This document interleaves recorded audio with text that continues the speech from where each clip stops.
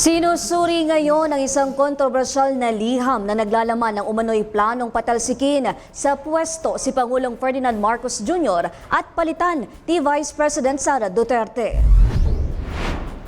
Sa ulat, nakuha ang dokumento mula sa kampo ni Ramil Madriaga na umano'y bagman ng Vice Presidente. Gayunman, hindi pa nakukumpirma ang pagiging tunay o authenticity ng liham at wala pang pahayag ang mga otoridad hinggil dito. Sa dokumentong may petsang April 11, 2026, idinadawit si dating Pangulong Rodrigo Duterte sa umano'y plano.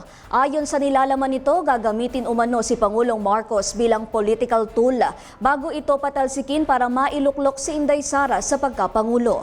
Binanggit din sa liham ang umano'y mga hakbang tulad ng mass resignation ng mga opisyal, malawakang protesta at civil disobedience. Mayroon ding mga seryosong alegasyon tungkol sa posibleng karahasan, kabilang ang mga pag-atake at asasinasyon.